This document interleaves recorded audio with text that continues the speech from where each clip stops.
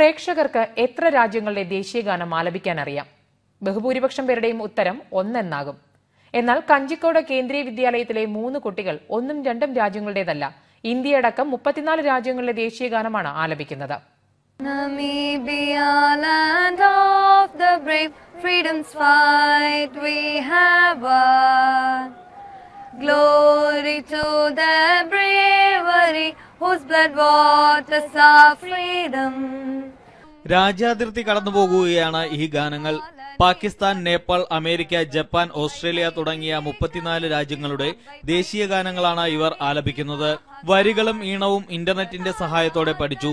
ഒരു അധ്യയന വർഷം നീണ്ട ഇവരുടെ ശ്രമങ്ങൾ ഇപ്പോൾ ദൃശ്യങ്ങളുടെ അകമ്പടിയോടെ CD രൂപത്തിൽ പുറത്തിറക്കി കഴിഞ്ഞു.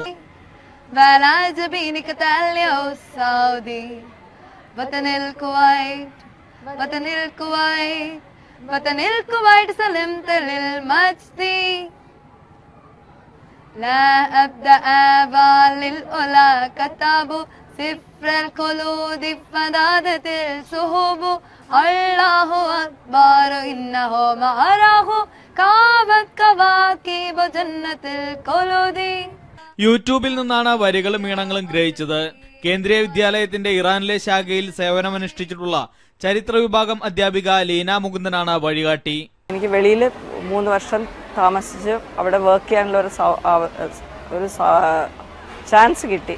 ആ ചാൻസിൽ ഒരു 38 ഡിഫറെൻറ്റ് കൺട്രീസിലെ കുട്ടികളെ പഠിപ്പിക്കാനുള്ള ഒരു അവസരം കിട്ടിയതുകൊണ്ട് അവരുടെ പല നാഷണൽ ആന്തംസ് കേൾക്കാനും അവരെ കൊണ്ട് കൂടുതൽ അവരെ കേട്ട് പഠിക്കാനും ഉള്ള ഒരു അവസരം കിട്ടി. അപ്പോൾ അത് വെച്ചിട്ട് നാട്ടിൽ വരുമ്പോൾ കുറച്ചുകൂടി കൂടുതൽ എലാബറേറ്റ് ആയിട്ട് ചെയ്യണം എന്നുള്ളൊരു മോഹം ഉണ്ടായിരുന്നു.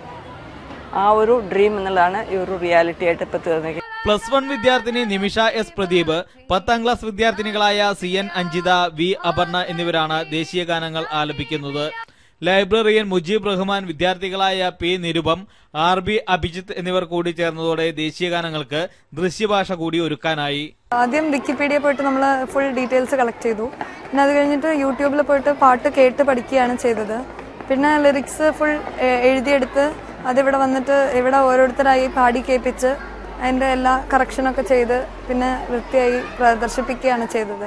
ലോക ജനതയ്ക്കിടയിൽ സൗഹൃദവും സാഹോദര്യവും ഊട്ടിയുറപ്പിക്കാൻ എല്ലാ രാജ്യങ്ങളിലുള്ളവർക്കും പാടാനായി ഒരു ഗാനം തയ്യാറാക്കുകയെന്ന ലക്ഷ്യത്തിലേക്കുള്ള ആദ്യ ചുവടാണിതെന്ന് അധ്യാപിക ലീന മുകുന്ദൻ പറയുന്നു. K. സതീഷ്, സൂര്യ ന്യൂസ്, പാലക്കാട്.